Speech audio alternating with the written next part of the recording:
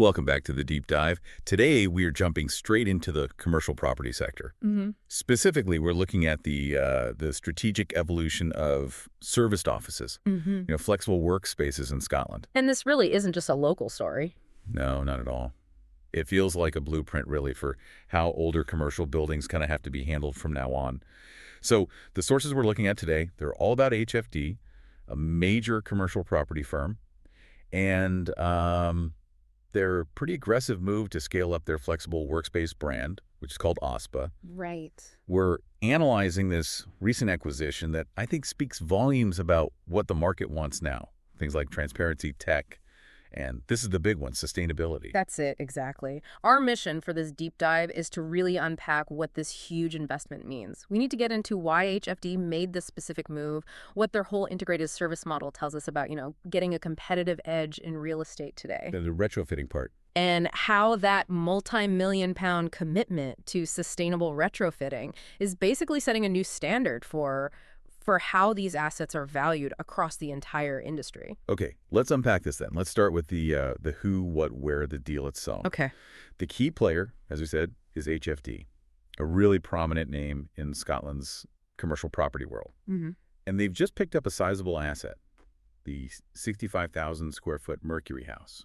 And it's a key detail that they bought it from London Metric. London Metric is, a major UK REIT, and they often focus on these really high-performing strategic assets. So them selling is a signal. I think so. Their decision to get rid of this older office stock, it hints at a potential shift in their own investment strategy, even as HFD is doubling down on the retrofit. And the location, just for context, is Strathclyde Business Park near Glasgow. In Bellshill, yeah. Right, in Bellshill. Yeah. And HFD is doing this specifically to build up their OSPA serviced office brand.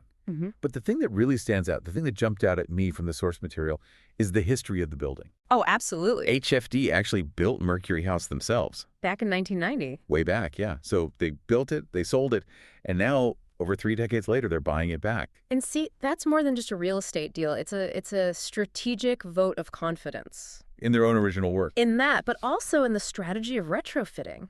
I mean, think about it. Why buy back a building from the 90s instead of just, starting new construction? Right. It tells you they're confident that the retrofitting costs, and they're going to be massive, are still less than the advantages of speed to market, location, and control over an architecture they already know inside and out.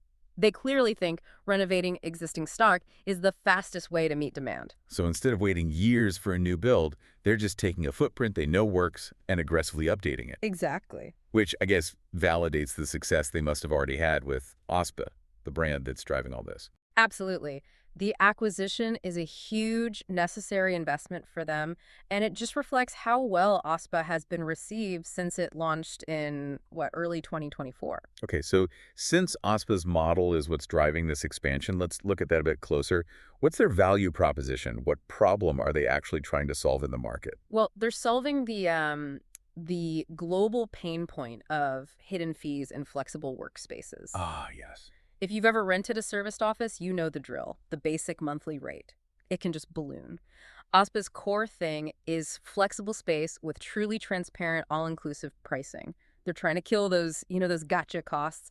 We're talking about things like crazy bandwidth charges or fees for printing or unexpected costs for using a meeting room. Okay. By getting rid of those, they offer cost certainty, and that's invaluable for budgeting, especially if you're a smaller business or maybe a satellite team for a bigger corporation. That clarity is definitely a huge draw. It makes managing an office so much simpler for the person actually using it. But here's the tension, right? And we should probably address this early. Go on. Is that transparent pricing model actually sustainable when you start absorbing multi-million-pound costs for decarbonizing a 1990s building? I mean, doesn't that cost have to be hidden somewhere? That is the central question of this whole deep dive, I think. For now, their initial success suggests the market is willing to pay a premium for that transparency. They've proven the concept. They have. And the proof is strong enough to justify this massive capital spend. OSPA already has, 5 other buildings across Strathclyde Business Park and Hamilton International Park. So that existing portfolio, it confirms there's a real appetite for this cost-certain model. They're not just guessing here. Not at all. They're responding to demand they've already verified, which is why they're scaling up so fast with Mercury House. So if the transparent pricing and the speed to market are the hooks, The future of Mercury House is all about that capital investment. Let's dig into the renovation goals. This is way beyond just a simple refurbishment, isn't it?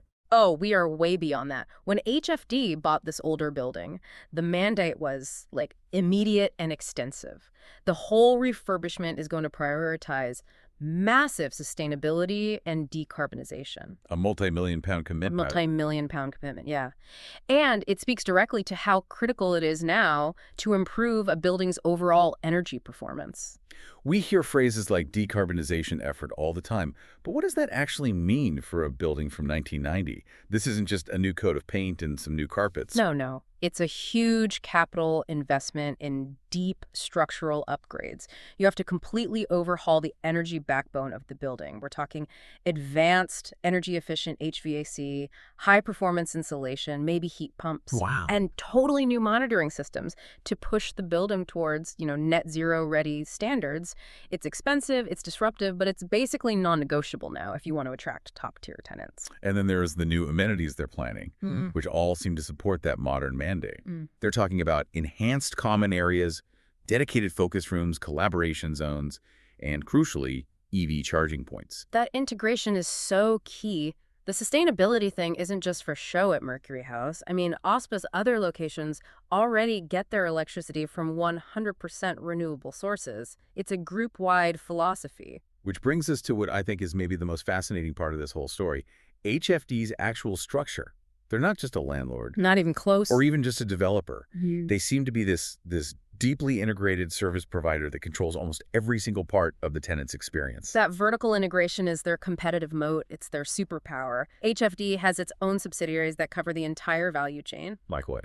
Well, you've got HFD Property, HFD Construction, HFD Services, HFD Renewable Energy, and this is the critical one, HFD Data Vita. Data Vita. So they run their own dedicated tech and data center arm. That feels unusual in the serviced office space. Yeah, it's very rare. Precisely. Having these capabilities in-house means they aren't relying on third parties for the really mission-critical stuff. I see. So they can seamlessly deliver high-level essentials themselves. Broadband, security, facilities management, advanced IT. If you're a tenant, it means your internet, your security, your power, it's all handled by the same group that owns the walls around you.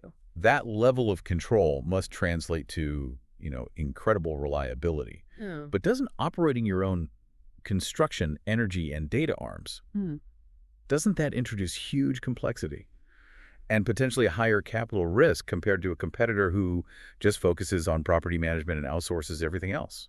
It does. Of course it does. But for HFD, the benefit of that control clearly outweighs the complexity. Right. That control allows them to guarantee the quality they need to maintain their renewable energy standard and to deliver the high-security data solutions that bigger corporate clients demand.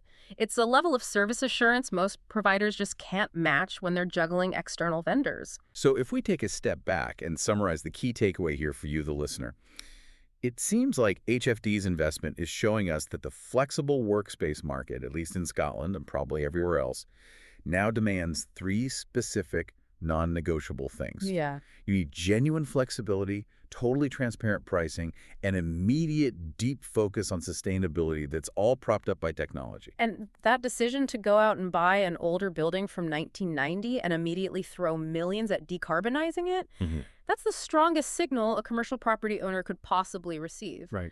The market is demanding that older stock be actively green and revitalized. That huge investment, it's not a nice to have anymore. It's a necessary part of the asset's overall value. You can't put it off. So this whole deep dive into HFD's strategy, it really highlights the new economics of commercial real estate, but it also raises a pretty big question for you to think about going forward. It does.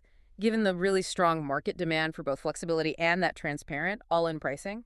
The no hidden fees promise. Exactly. How challenging is it going to be for OSPA to actually absorb the huge costs of a multi-million-pound green overhaul, the HVAC, the insulation, the EV chargers, while holding on to that unique no hidden fee promise? Where do the numbers actually meet? I mean, what are the true long-term financial trade-offs HFD is making here? And how long can they sustain that balancing act before the green investment costs start to creep back into their pricing structure? That tension right there is exactly what we need to watch over the next year. Some food for thought. And that is all the time we have for this deep dive. We'll see you next time.